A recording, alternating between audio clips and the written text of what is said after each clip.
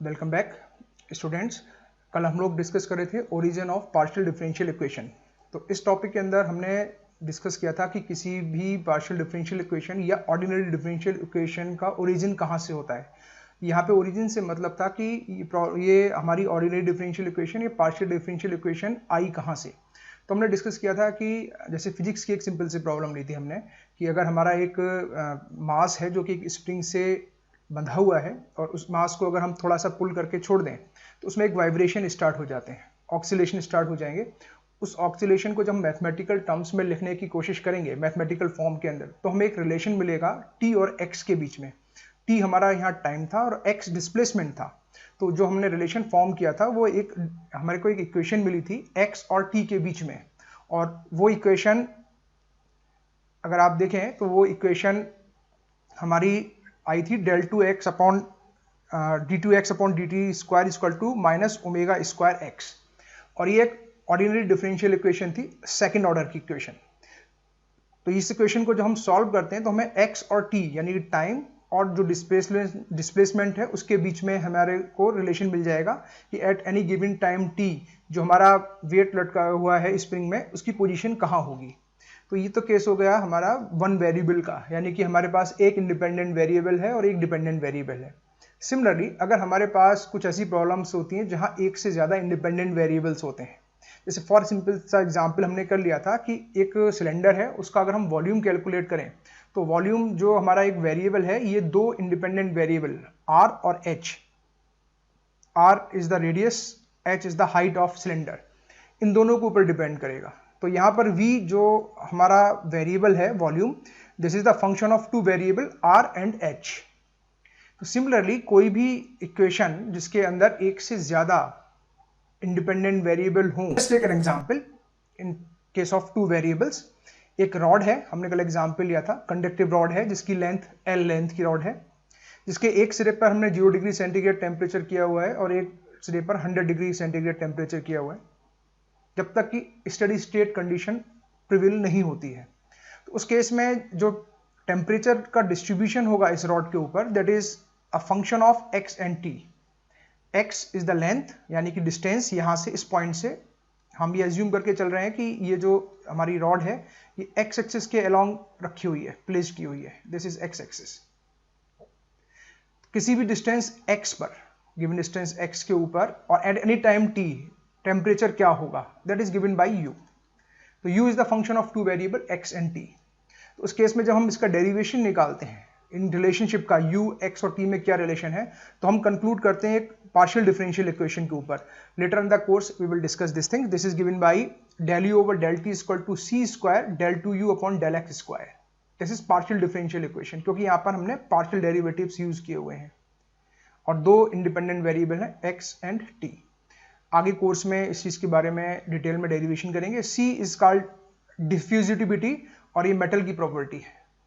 अब हम आज डिस्कस करने वाले हैं कि मैथमेटिकली, यानी कि ये तो हमने फॉर्मुलेशन पढ़ा था कि किसी भी इंजीनियरिंग की प्रॉब्लम को या किसी भी मैथमेटिक्स की प्रॉब्लम को किस तरह से हम फॉर्मुलेट कर रहे हैं हमारी इक्वेशन के टर्म्स में। कभी कभी क्या होता है कि हमें कोई फंक्शन गिवन होता है, उस फंक्शन की हेल्प से हमसे कहा जाता है कि पार्शियल डिफरेंशियल इक्वेशन फाइंड करो।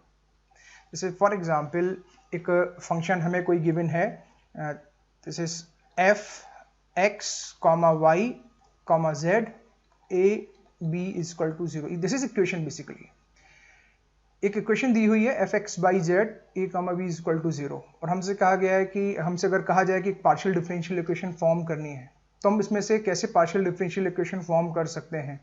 We will discuss this things today in this lecture. तो कभी कभी तो हमें इस फॉर्म में दिया हुआ होगा, कभी कभी हमें इक्वेशन इस तरह से दी होगी, एक function of arbitrary variable u and v, और u और v इसमें फंक्शन है x y z के। उस केस में किस तरह से हम पार्शियल डिफरेंशियल इक्वेशन फॉर्म करेंगे। तो इसको इस फॉर्मुलेशन के बेसिकली हमारे पास दो मेथड हैं। पहला मेथड है by elimination of arbitrary constants. इसको नोट डाउन कर चलिए, by the elimination of arbitrary constants. Discuss करते हैं मेथड को। ये मेथड क्या है, सपोज करो एक हमें फंक्शन दिया हुआ है f x, y, z a comma b, और हमने इसको इक्वेट कर दिया 0 के, तो ये हमारी इक्वेशन बन गई। इस इक्वेशन के अंदर x और y ये हमारे इंडिपेंडेंट वेरिएबल हैं, independent variables. z is function of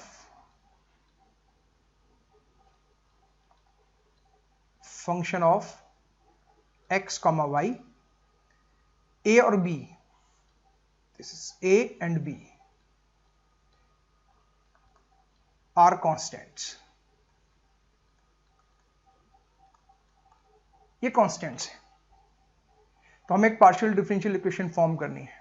कैसे फॉर्म करेंगे इसको सॉल्व कर फॉर्मुलेशन, हमने पार्शियल डिफरेंशिएशन के अंदर पार्शियल डेरिवेटिव के ऑर्डर के बारे में हमें पढ़ा हुआ है। हम रिप्रेजेंट करते हैं p, p is given by del z upon del x, q this is given by del z upon del y। इसी तरह से आगे हम और चीजें डिस्कस करेंगे। This is r del 2z upon del x square, s del 2z upon del x del y, and t is equal to del 2z upon del y square। कैसे formulation करते हैं देखते हैं। ये क्वेश्चन नंबर 1 हो गई। This is question number 1।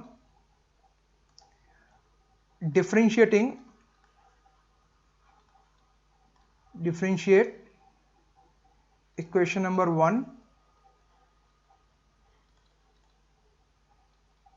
partially with respect to x and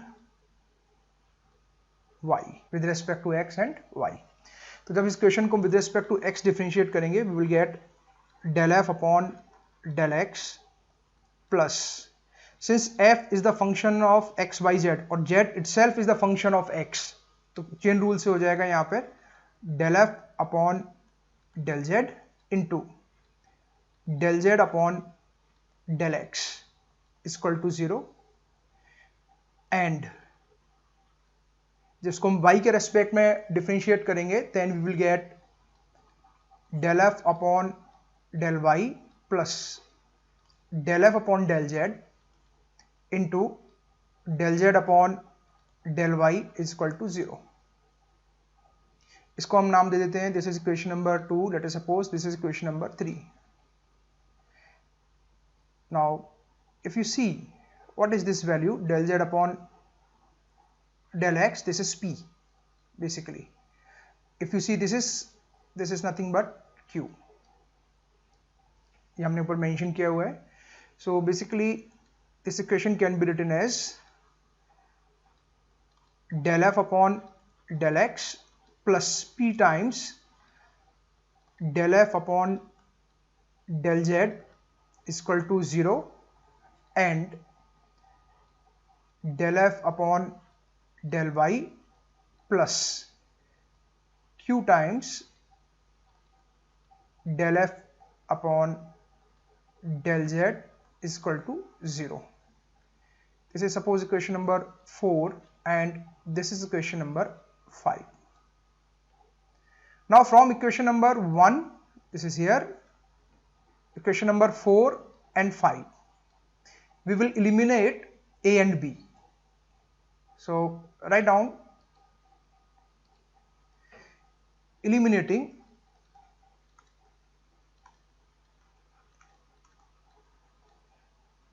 a comma b from equation number 1, 4 and 5,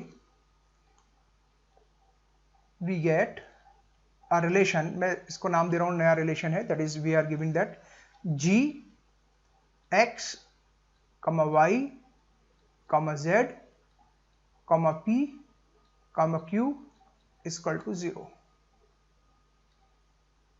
basically this is our required partial differential equation।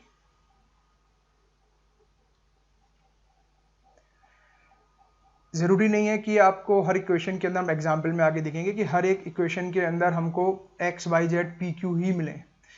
ये भी ज़रूरी नहीं है कि हम हर बार इक्वेशन नंबर 1, 4 और 5 का यूज़ करें। कहीं कहीं ऐसा होगा कि इक्वेशन नंबर 4 और 5 की हेल्प से ही हमें डायरेक्ट इक्वेशन मिल जाएगी, या कहीं कहीं ऐसा होगा या 1 और 4 की हेल्प से इक्वेशन मिल गई। कहीं कहीं कुछ ऐसा होगा कि हमें तीनों, यानी इक्वेशन नंबर 1, 4 एंड 5 तीनों इक्वेशन का यूज़ करना पड़ेगा इक्वेशन को फाइंड करने के लिए। तो वो हमारे क्वेश्चन पे डिपेंड करेगा। We will see some example later on. और यहाँ पे एक इंपॉर्टेंट नोट है, if number of constants, arbitrary constants are greater than number of independent variables.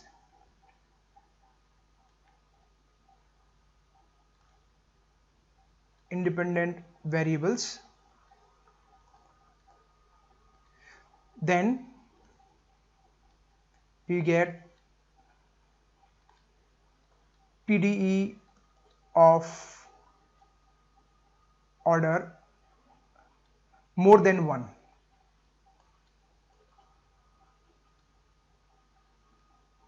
More than 1 यानी कि second order, third order, fourth order, किसी भी ऑर्डर की इक्वेशन हमें मिल सकती है जब हमारे number of arbitrary constant number of independent variable से ज़्यादा हो जाए।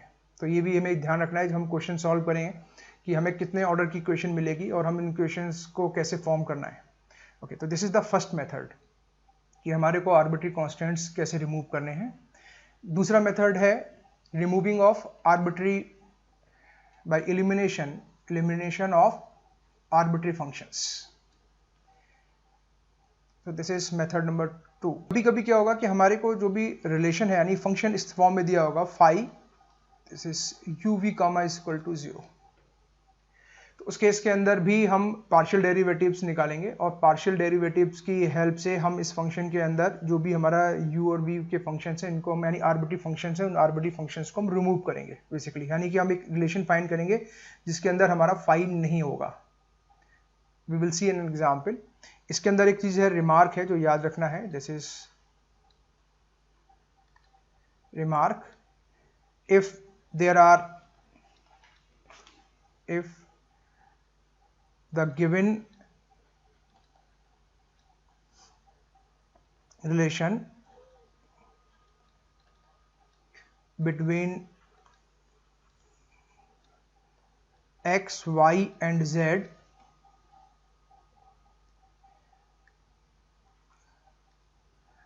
contains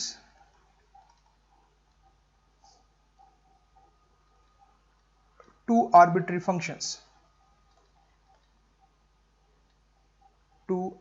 arbitrary functions, then PDE will be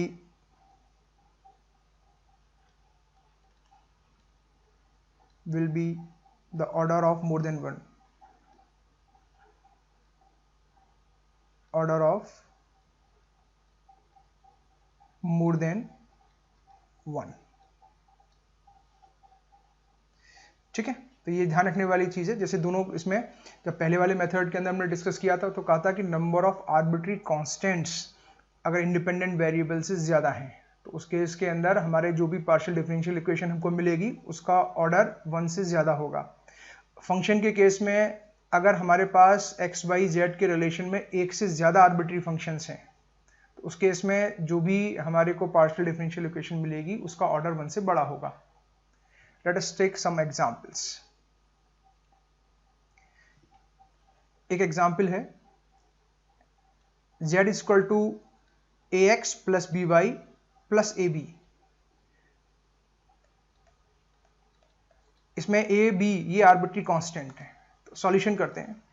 तो ये इसमें क्योंकि फंक्शन वाला केस नहीं है, इसमें आर्बिट्री कांस्टेंट्स वाला केस है, तो हमने जो अभी रूल डिस्कस किया था हम उसका यूज करेंगे। हम पार्शियल डेरिवेटिव निकालेंगे z का with respect to x and with respect to y, और जो भी इक्वेशंस आएंगी उन इक्वेशन की हेल्प से और ये इक्वेशन नंबर 1 की हेल्प से हम a और b को रिमूव करने की कोशिश करेंगे। तो यहाँ से हमें मिल गया del z upon del x is equal to p is equal to, जिसको डिफरेंशिएट करेंगे we will get a. This is equation number 2. And del z upon del y this is given by q, और जिसको हम with respect to y differentiate करेंगे we will get b. This is equation number 3. तो a की value मिल गई, b की value मिल गई. From equation number 1, 2 and 3 we have z is equal to xp plus yq plus pq. This is our required partial differential equation.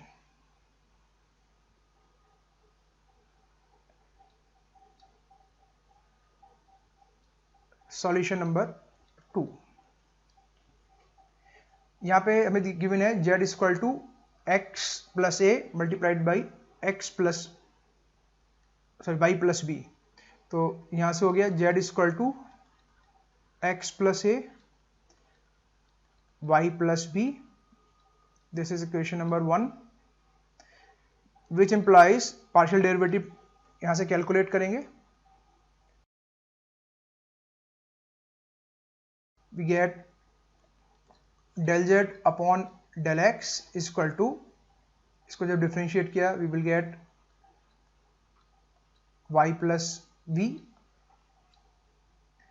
Question number 2 हो गई. And del z upon del y जब calculate करेंगे, basically this is p and this is q. We get x plus a. This is question number 3. From equation number 1, 2 and 3 we get z is equal to pq. So this is the solution.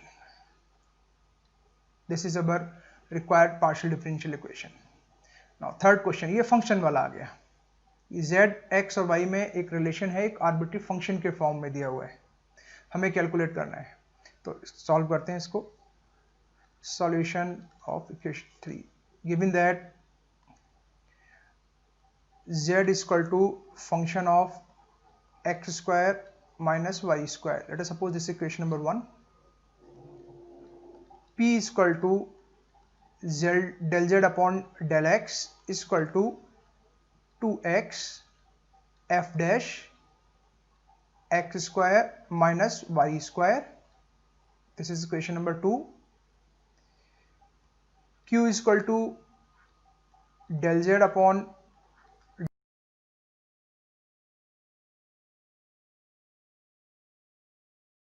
del y is equal to 2y f dash x square minus y square. Equation number 3. तो यहाँ पर हम equation number 1 का use नहीं करेंगे. Equation number 2 और 3 की help से ही हमें जो भी हमारी पार्शियल डिफरेंशियल इक्वेशन है वो मिल जाएगी. कैसे? Equation number 2 divided by equation number 3, तो हमें मिल जाएगा p अपॉन q is equal to 2x upon 2y, which implies y p minus xq is equal to 0, and this is the required partial differential equation. जैसे हमने previous discuss किया था कि ज़रूरी नहीं है कि हमारे को तीनों इक्वेशन यानी इक्वेशन नंबर 1, 2 और 3 इन तीनों की हेल्प से हम सॉल्व करें. कभी कभी इक्वेशन नंबर 2 और 3 की हेल्प से ही हमको सॉल्यूशन मिल जाएगा. तो यहाँ पर हमें इक्वेशन नंबर 2 और 3 से सीधे सीधे पार्शियल डिफरेंशियल इक्वेशन मिल गई. Next question, z is equal to F X plus I T plus G X minus I T. तो यहाँ पर जो भी पार्शियल डिफरेंशियल इक्वेशन हमें मिलेगी उसका ऑर्डर एक से ज़्यादा होगा, क्योंकि हमने एक रूल डिस्कस किया था कि अगर किसी इक्वेशन के अंदर हमारे पास जो नंबर ऑफ आर्बिट्री फंक्शंस हैं वो एक से ज़्यादा है, यानी एक्स वाई जेड के बीच में जो रिलेशन है वो एक से ज़्यादा फंक्शन से रिप्रेजेंट हो रहा है, तो जो भी पार्शियल डिफरेंशियल इक्वेशन हमें मिलेगी उसका ऑर्डर 1 से ज़्यादा होगा। तो यहाँ पर देखते हैं जो हमारे को पार्शियल डिफरेंशियल इक्वेशन मिलेगी उसका ऑर्डर यहाँ पे हम देखेंगे 1 से ज़्यादा होगा। 1 से ज़्यादा होने का मतलब यहाँ पे ये है कि हमको यहाँ पर जो भी इक्वेशन आएगी जिसकी उसके अंदर P, Q, R, S इस तरह के टर्म्स इन्वॉल्व होंगे।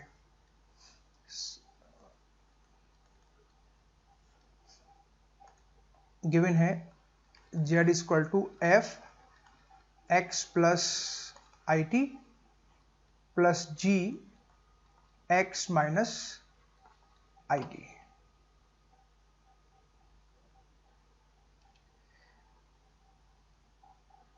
P कैलकुलेट किया, P equal to del Z upon del X equal to F dash X plus I T plus G dash X minus I T. Let us suppose this is equation number 1, this is equation number 2. Similarly, we will get Q. Q is equal to del z upon del y is equal to यहाँ पर y की जगह पे t होगा क्योंकि यहाँ पर independent variable x और t है। t is equal to I times f dash x plus it minus I times g dash x minus it। Equation number 3। हम अगेन इक्वेशन नंबर 3 को फिर से हम पार्शियल डेरिवेटिव इसका निकालेंगे, यानी कि हम इन दोनों इक्वेशन नंबर 2 और 3 को एक एक बार और डिफरेंशिएट करेंगे। So we will get the value of r। r is equal to del p over del x, that is del 2z upon del x square। यानी कि इक्वेशन नंबर 2 को हमने एक बार फिर पार्शियल डेरिवेटिव किया है with respect to x। We get f double dash x plus I T plus g double dash x minus I T. This is question number 4. Next, t is equal to del q over del t, या फिर हम कह सकते हैं इसको del 2z upon del t square. इसको फिर से डिफरेंशिएट किया तो हमें वैल्यू मिल जाएगी यहाँ पर i square f double dash x plus I T minus minus minus यहाँ प्लस हो जाएगा, this is plus g double dash x plus I T. i is iota, इसकी वैल्यू हमें पता है -1 होती है, तो यहाँ से हमें मिल गया this is minus f double dash x plus I T minus g double dash x plus it। This is the value of t and we are saying this is equation number 6. This quantity is minus, this is minus, similarly this is minus। Okay. Now if we add equation number 4 and 6, इन दोनों equation को add करते हैं, देखते हैं क्या मिलता है हमको। देखिए हमारा ऑब्जेक्टिव यहाँ पे है कि जो भी हमारी इक्वेशन आए उसके अंदर आर्बिट्री फंक्शंस ना हो। तो हमने यहाँ पे equation number 4 plus 6 we get r plus t, it is del 2p upon del x square plus del 2p upon del t square equal to 0। और यही हमारी रिक्वायर्ड पार्शियल डिफरेंशियल इक्वेशन है। अगर आप इस इक्वेशन को देखें, दिस इज अवर इक्वेशन।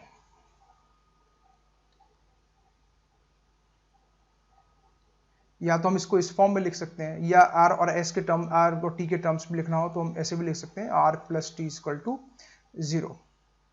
तो यहाँ पे हमने अभी डिस्कस किया था कि अगर किसी भी रिलेशन के अंदर एक से ज़्यादा आर्बिट्री फंक्शंस हों तो उस केस में जो पार्शियल डिफरेंशियल इक्वेशन हमारी फॉर्म होके आती है उसका जो भी ऑर्डर होगा वो 1 से बड़ा होगा।